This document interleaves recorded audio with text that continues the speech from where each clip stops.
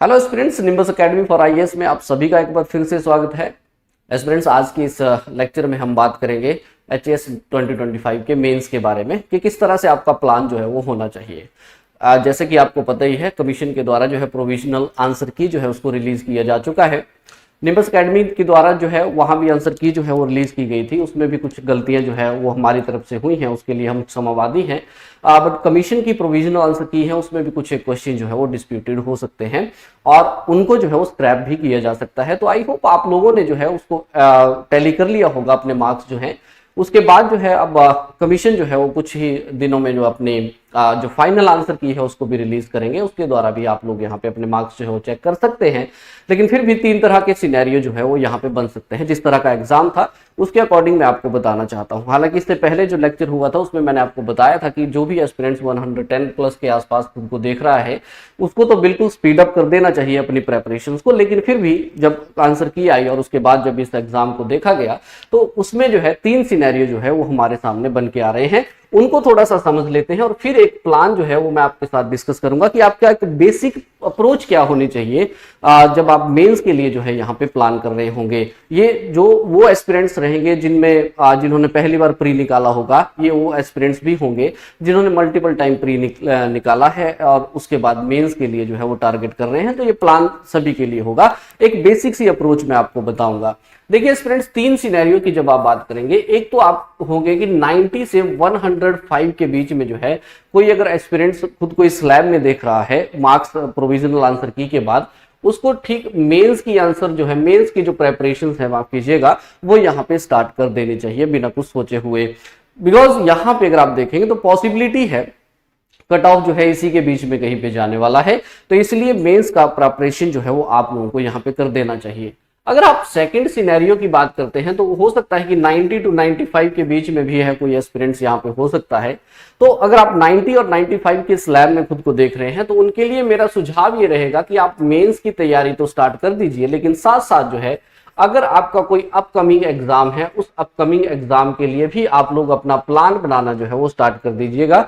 Because यहाँ पे possibility ये हो सकती है कि शायद इतना कम ना जाए, तो इसलिए आपने थोड़ा सा यहाँ पे ध्यान देना है दैट इस स्लैब में अगर आप हैं और इस स्लैब में है, अगर इसमें है, इससे अब जो भी है उसको तो खैर यहाँ पे मेंस का जो प्रेपरेशन है उसको स्पीड अप कर देना चाहिए। But if you are present in these slabs, one of these slabs, तो आपको जो है ये इस तरह से सिनेरियो समझना है। और अगर आप यहाँ पे बिलो 90 हैं तो बिलो 90 के लिए तो मेरा सुझाव यही रहेगा सीधा सीधा सा कि वो जो भी उसका अपकमिंग एग्जाम है, या तो फिर वो एचएस 2026 हो सकता है या फिर एसीएफ हो सकता है या फिर कोई भी आने वाले एग्जाम होंगे, उनके लिए जो है उसको प्लान कर देना चाहिए। उसको अभी किसी भी उलझन में जो है यहाँ पे नहीं रहना चाहिए।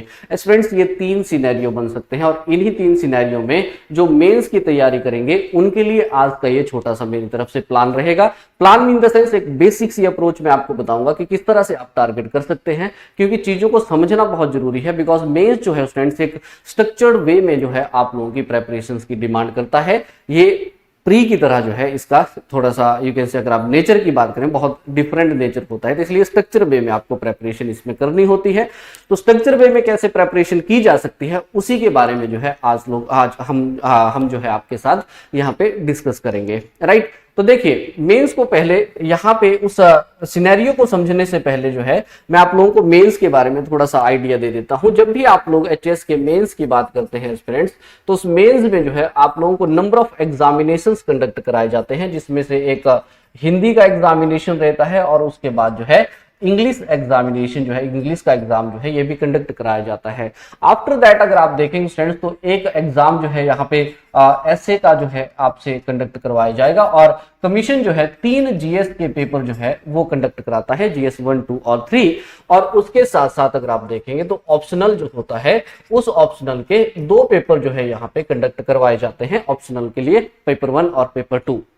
स्टूडेंट्स, ये जो हिंदी और इंग्लिश का होता है, देखिए दोनों ही जो है 100 मार्क्स के जो है यहाँ पे एग्जाम जो है ये रहते हैं और ये दोनों ही एग्जाम जो है याद रखिएगा ये क्वालिफाइंग नेचर के होते हैं। और इनमें अगर आप देखेंगे तो आप लोगों को 40% जो है वो मार्क्स लेना ही होता है। बिकॉज आप देख ही रहे होंगे पिछले कुछ एक सालों से बहुत से ऐसे डिजर्विंग कैंडिडेट्स हैं जो यहाँ पे हिंदी और इंग्लिश के ये जो पेपर हैं इन्हीं को क्वालिफाई नहीं कर पा रहे हैं। देखिए रीजन कोई भी हो सकता है, चाहे वो मार्किंग की जैसे टाइट मार्किंग की बात हो, चाहे फिर और कोई सिनेरियो हो, वो भी चीजें हो सकती हैं। लेकिन हाँ 40% जो है वो मस्ट है यहाँ पे। अगर आप 40% नहीं लेंगे देन उसके बाद जो है आप मेंस जो आपकी कोई भी कॉपी जो है वो चेक नहीं होगी। देन उसके बाद जो है स्टूडेंट्स ऐसे का एग्जामिनेशन होगा, 100 मार्क्स का होता है ये, और 3 जीएस के पेपर होते हैं। जीएस 1 है, 2 है और 3 है। हर एक जीएस जो है स्टूडेंट्स ये 200 मार्क्स का होगा, यानी कि टोटल अगर हम देखेंगे तो 600 मार्क्स के जो है ये तीनों जीएस के पेपर रहेंगे। 100 मार्क्स के जो है आपके पेपर 1 और पेपर 2 रहते हैं, और ये टोटल जो है वो 200 मार्क्स होता है।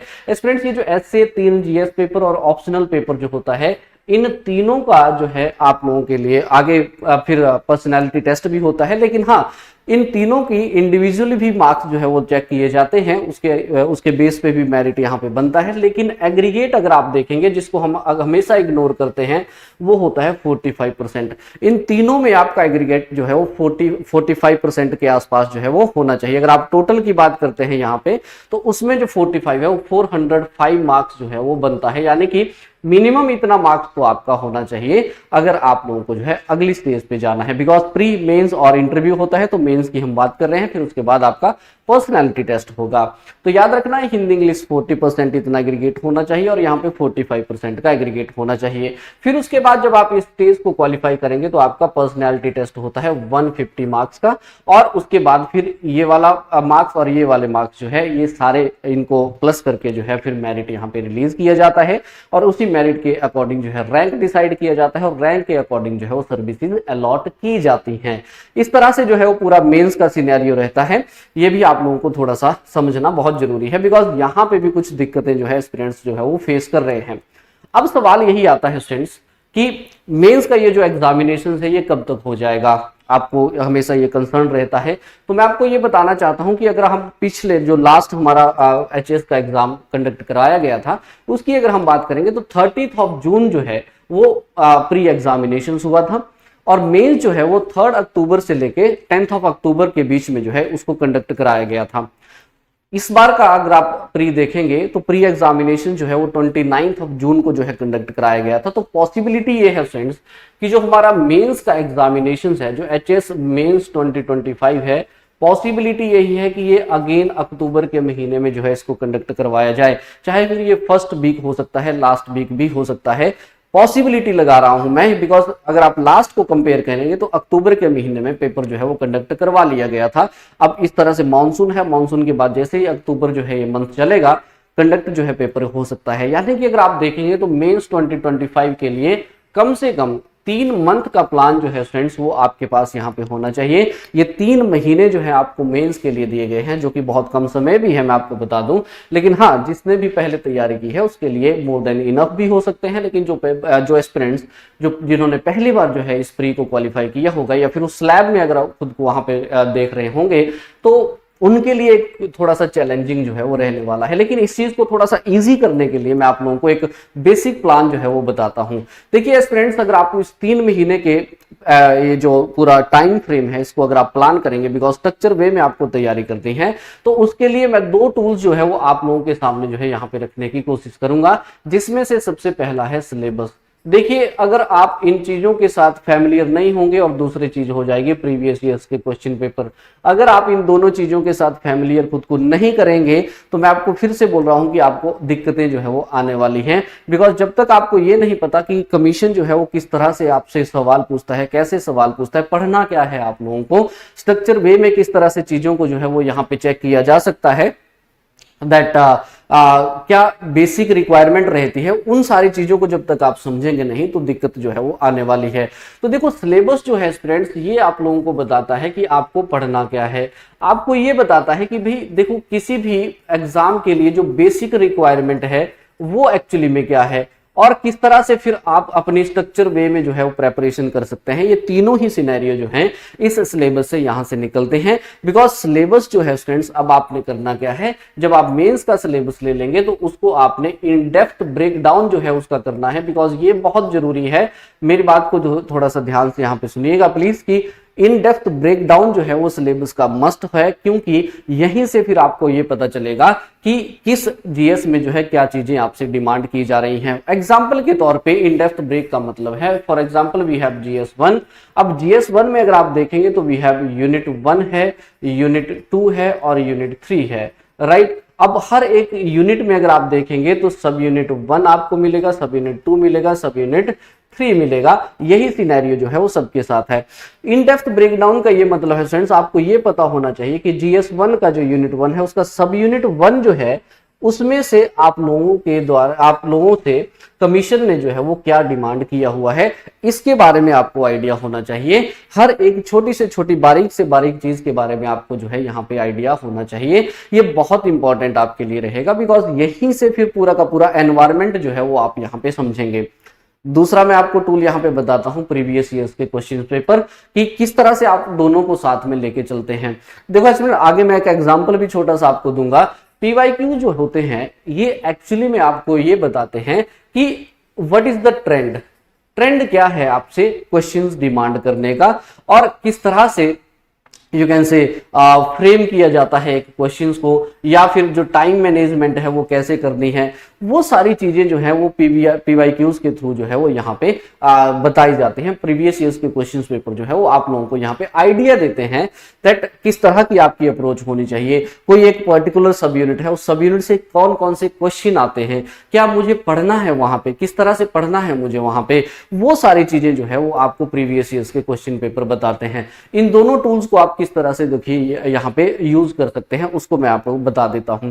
देखो फ्रेंड्स, करना क्या है आपने, जैसे फॉर एग्जांपल GS1 है, GS1 का यूनिट 1 और सब यूनिट 1 है। जैसे कि फॉर एग्जांपल मैं आपको बता देता हूं, GS1 का यूनिट 1 जो सब यूनिट 1 है वो एक्चुअली में डील करता है art and culture of the India, जिसमें आप लोगों को कल्चर हेरिटेज मिलेगा, लिटरेचर मिलेगा, आर्ट फॉर्म्स मिलेगी, टेम्पल आर्किटेक्चर मिलेगा, पेंटिंग्स मिलेंगी, स्कल्पचर्स जो है वो आपको मिलेंगे। इस तरह की जो सारी चीजें हैं वो सारी की सारी जो है वहां पे मेंशन की गई हैं। आपने क्या करना है, आप लोगों ने करना यह है कि ये जो यहाँ पे सब यूनिट 1 है, उस सब यूनिट 1 से जब आपको ये पता चल गया कि ये क्वेश्चंस आपसे पूछा गया है, आपने क्या करना है कि इस जो सब यूनिट है, इस सब यूनिट से 2016 से लेके 2024 के बीच में किस तरह के क्वेश्चन जो है वो आप लोगों से पूछे गए हैं वो सीधे सीधे से फाइंड आउट करने हैं। अगर आप लोगों को इसमें थोड़ी सी दिक्कत आती है तो यस, निम्बस एकेडमी की अपनी एक किताब आती है मेंस के लिए, जिसमें आप लोगों को मॉडल आंसर्स भी मिलते हैं। हालांकि मॉडल आंसर देखने नहीं है आपने ज्यादा, आपने ये जरूर समझना है उसमें हर एक लाइन को बिल्कुल बारीकी से ब्रेक डाउन किया हुआ है। मेंस के एग्जामिनेशंस में 2016 से 24 के बीच में आपको मिलेंगे। उसमें आपने करना क्या है, उसमें 2016 से 24 में आप अगर ये समझ गए कि ये जो सब यूनिट 1 है, सब यूनिट 1 में मुझसे पूछा क्या जाता है, तो आप लोगों को यहाँ पे एक क्लियर कट आइडिया हो जाएगा कि क्या जो नोट्स आपका बना हुआ था उस नोट्स में उस एग्जाम की डिमांड या फिर उस एग्जाम की जो रिक्वायरमेंट है वो फुलफिल कर रहा है या नहीं कर रहा है। वो सारी चीजें जो है आपको आइडिया लग जाएगा इस पीवाईक्यू के द्वारा। इसीलिए मैं आपको बता रहा हूं कि सिलेबस आप पकड़िए और उसके साथ साथ पीवाईक्यूज आप पकड़िए। उन पीवाईक्यूज के साथ जो है आप यहाँ पे देखिए कि कौन कौन सी हर एक सब यूनिट को पकड़ना है आपने, और 2016 से लेकर 2024 के बीच में किस तरह के क्वेश्चंस आपसे पूछे गए हैं, और क्या मेरा जो नोट्स है वो नोट्स इस चीज को फुलफिल कर पा रहा है या नहीं कर पा रहा है, क्या मुझे एडिशन करना है, क्या यहाँ से और एड ऑन करने की कोशिश जो है वो करनी चाहिए। वो सारी चीजें आपको तभी पता चलेंगी जब आप हर एक सब यूनिट, इसलिए मैंने बोला in depth breakdown is very very important with previous years questions. अच्छा, दूसरी बात मैं आपको बता दूं, तो आपने क्या करना है, हर एक सब यूनिट को इस तरह से जो है वो देखना है कि हर एक सब यूनिट से कैसा कैसा क्वेश्चन जो है वो डिमांड किया जाता है। और दूसरी बात मैं आपको बता देता हूं कि देखो पीवाईक्यूज को करने का सबसे इंपॉर्टेंट वे क्यों जो है हम लोगों को यहाँ पे पीवाईक्यूज करने चाहिए, उसकी भी बात मैं यहाँ पे बता देता हूं। तो स्टूडेंट्स, 3 महीने में जो है आपने ये सारी चीजें प्लान कीजिए, साथ साथ में पढ़िए, उसके नोट्स बनाइए, प्रैक्टिस जो है वो करनी है। सब कुछ आपको इन 3 महीने में ही करना है। तो ये बिना किसी डिलेनेस के आप इस पर्टिकुलर ये जो पहला स्टेप रहेगा आप लोगों का, इस पहले स्टेप को आप स्टार्ट कर दीजिए, जिसमें कि आप सिलेबस देखिए, सिलेबस को इन डेप्थ ब्रेक डाउन कीजिए, सब यूनिट 1 पकड़िए। उसमें अगर आप देखेंगे सब यूनिट 1 से कौन कौन से क्वेश्चन आए हैं और वहां पे यहाँ पे टैली कीजिए कि मेरे नोट्स में ये चीजें हैं, रिक्वायरमेंट है नहीं है अपडेट कीजिए, जल्दी जितना जल्दी हो सकता है उतना जल्दी अपडेट कीजिए, और उसके बाद जो है फिर आप आंसर राइटिंग जो है वो स्टार्ट कर दे देंगे। अच्छा, आंसर राइटिंग के लिए भी एक कंसर्न एस्पिरेंट का हमेशा रहता है कि सर आंसर राइटिंग कहां से करनी है। देखिए स्टूडेंट्स, अगर आप आंसर राइटिंग करनी है, ऑब्वियसली अब तो खैर आंसर राइटिंग के बिना जो है इस एग्जाम को निकालना कहीं ना कहीं आप ये कह सकते हैं it's not a cup of T, बहुत यहाँ पे इम्पोर्टेंट हो जाता है और ये बहुत डिफिकल्ट भी हो जाता है बिना आंसर राइटिंग किए। तो आप करना क्या है आप लोगों को, वो मैं आपको बता देता हूँ। देखो, आंसर राइटिंग सबसे पहले आपने करनी है प्रीवियस ईयर्स के क्वेश्चन से। ये मैं आपको फिर से बोल रहा हूं कि प्रीवियस ईयर्स के क्वेश्चन से ही आपको आंसर राइटिंग करनी है। आप यहाँ पे GS 1 2 3 जिस तरह से आप ले चलते हैं, चाहे फिर आपका ऑप्शनल ही क्यों ना हो, answer writing should be started from the previous years questions paper. ये मैं आपको बता देता हूं। अगर आप जब ये कर लेंगे फिर आप बोलेंगे कि सर अब किस तरह से आंसर राइटिंग करें, अब कहां से करें, तो एक बहुत अच्छा सोर्स अगर मैं आपको बताऊं तो वो हो जाता है एनसीईआरटी। एनसीईआरटी की जो किताबें हैं उन किताबों में अगर देखें कोई एक पर्टिकुलर चैप्टर है, उस चैप्टर के पीछे कुछ क्वेश्चन जो है वो फ्रेम किए जाते हैं, उन क्वेश्चंस को सॉल्व करना जो है आप लोगों को स्टार्ट कर देना चाहिए। तो यस, पीवाईक्यूज और एनसीईआरटी जो है ये मस्ट आपके लिए रहेंगे। देन उसके साथ साथ अगर आपका कंसर्न ये है कि सर हिमाचल प्रदेश का जो जीके है उस जीके के लिए कहां से जो है हम लोग यहाँ पे आंसर राइटिंग प्रैक्टिस करें, तो अगेन पहला तो मेरा सुझाव आपको यही रहेगा कि ये जो प्रीवियस ईयर्स के क्वेश्चंस पेपर हैं, इन क्वेश्चंस पेपर को जितने भी हैं 16 से 24 तक जितने भी हिमाचल प्रदेश के क्वेश्चंस आए हुए हैं उन सबको जो है सॉल्व करना आपने स्टार्ट कर देना है। और एचपीजीके के लिए जो है नंबर ऑफ टेस्ट सीरीज जो है फिर आप लोग यहाँ पे ले सकते हैं, बिकॉज प्रैक्टिस के लिए फिर टेस्ट सीरीज जो है वो सेकेंडरी ऑप्शन यहाँ पे हो जाएगा, राइट। तो ये चीजें आपने करनी है। अच्छा, अब आपका कंसर्न ये भी रह सकता है कि सर पीवाईक्यू को जो है फिर से लिखने से क्या बेनिफिट हम लोगों को यहाँ पे हो सकता है। बेनिफिट की अगर मैं बात बताऊं स्टूडेंट्स, तो जब एचएस 2024 वाला जो मेंस जब हुआ था, तो मेंस एग्जामिनेशंस में आपको ये चीज बता देता हूं कि तीनों जीएस में 6 क्वेश्चन जो थे दे वर एक्चुअली रिपीटेड। देखो क्या होता है कि कमीशन में, मैं ये नहीं बोल रहा हूं कि हर बार रिपीट होते हैं, लेकिन हाँ कमीशन में ये जरूर होता है कि जो 2016 में क्वेश्चन आया था, पॉसिबिलिटी है वो 2024 में कुछ एक उसमें उसकी लैंग्वेज को चेंज करके या उसको मोल्ड करके जो है आप लोगों से फिर से पूछा जाए। तो होता क्या है, इससे बेनिफिट ये हो जाता है फ्रेंड्स, फॉर एग्जांपल आपने 2016 से लेकर 2024 तक सभी जो क्वेश्चंस हैं मेंस के, उन सबको आप लोगों ने यू कैन से यहाँ पे आंसर उनका किया हुआ है, उनको आंसर राइटिंग उनकी की हुई है, और बाद में कहीं से इवेल्युएट भी अगर आप उसने करवाया है, तो उसमें क्या होता है कि वो ऑलरेडी प्रिपेयर हो जाते हैं। तो आप देखिए एक मेंस में 6 क्वेश्चन आने का सीधा सीधा सा मतलब ये है कि उसमें फिर आपको ज्यादा सोचने की जरूरत भी नहीं है। जब आप एग्जामिनेशन हॉल में होंगे आपको फ्रेम हो चुका होगा वो क्वेश्चन सीधा सीधा सा, और वो क्वेश्चन जो है सीधा आपके सामने लग गया होगा कि अच्छा अब इसमें यही चीज जो है मेंशन करनी है, इसमें यही लिखना है, तो वहां पे टाइम सेविंग भी हो जाती है। इसलिए PYQs are very very important, because वहीं से फिर आपको you can say maximum of idea जो है वहां से लग जाता है। फॉर एग्जाम्पल मैं आपको देता हूं, देखिए यहाँ पे हिमाचल प्रदेश जीके के क्वेश्चन मैं आपके लिए लाया हूं। यहाँ पे अगर आप देखेंगे तो एक क्वेश्चन जो है 2019 का है, एक 2021 का है और एक 2024 का है। आप खुद देखिए 2019 और 21 में अगर आप देखेंगे तो क्वेश्चन जो होते थे वो एक्चुअली में डिमांड किए जाते थे 4, 8 और 20 की फॉर्म में। फिर उसके बाद इस साल इन्होंने चेंज किया और इसमें 10 मार्क्स और यू कैन से 12 मार्क्स के क्वेश्चन जो है वो अब आपसे यहाँ पे डिमांड किए जाते हैं। इट डजंट मैटर एस्पिरेंट्स कि 2016 में 4 के थे, 8 के थे, आपको लिखने हैं सारे के सारे, आपको करने हैं सारे के सारे, समझने हैं सारे के सारे। क्यों? क्योंकि अगर आप देखें 2019 में क्वेश्चन हिमाचल प्रदेश की हिस्ट्री से पूछा था, और ये मैं एक सिनेरियो बता रहा हूं, ऐसे बहुत सारे होते हैं, जैसे trace the journey of Himachal Pradesh from the chief commissioner province in 1948 to the statehood of the 1971, यानी कि जर्नी की बात ये कर रहा है। देन उसके बाद 2021 में देखिए describe about the journey of the Himachal Pradesh to become a democratic state, again journey की बात कर रहा है। 2024 में describe about the journey of the Himachal Pradesh to become the democratic state, again आप देख सकते हैं यहाँ पे कि किस तरह से जो है यहाँ पे यू कैन से यहाँ पे चेंज तक नहीं किया है इन चीजों को। तो एक क्वेश्चन नंबर 15 था और एक क्वेश्चन नंबर 18 था, आप यहाँ पे देख सकते हैं। तो ये यहाँ पे जो है ये क्वेश्चन फ्रेंड्स 4 मार्क्स का था, ये 8 मार्क्स का था, और इस बार भी जो है 8 मार्क्स का क्वेश्चन जो है आप लोगों से ये डिमांड किया गया था। अब जिस भी एस्पिरेंट्स ने इस क्वेश्चन को लगभग 2 से 3 बार लिख दिया होगा, उस एस्पिरेंट्स के लिए, अगर वहां पे क्या करना है, सोचने की जरूरत ही नहीं है, ठीक है, he or she doesn't have to need to think much more on this questions, because उन्होंने पहले ही इस क्वेश्चन को फ्रेम कर लिया होगा, उन्होंने लिख लिया होगा, और जहां पे उनको क्वेश्चन दिखा सीधा उन्होंने वहां पे अटेम्प्ट कर दिया। टाइम सेविंग भी वहां पे हो जाएगा, सो दैट आप किसी और क्वेश्चंस के ऊपर जो है वो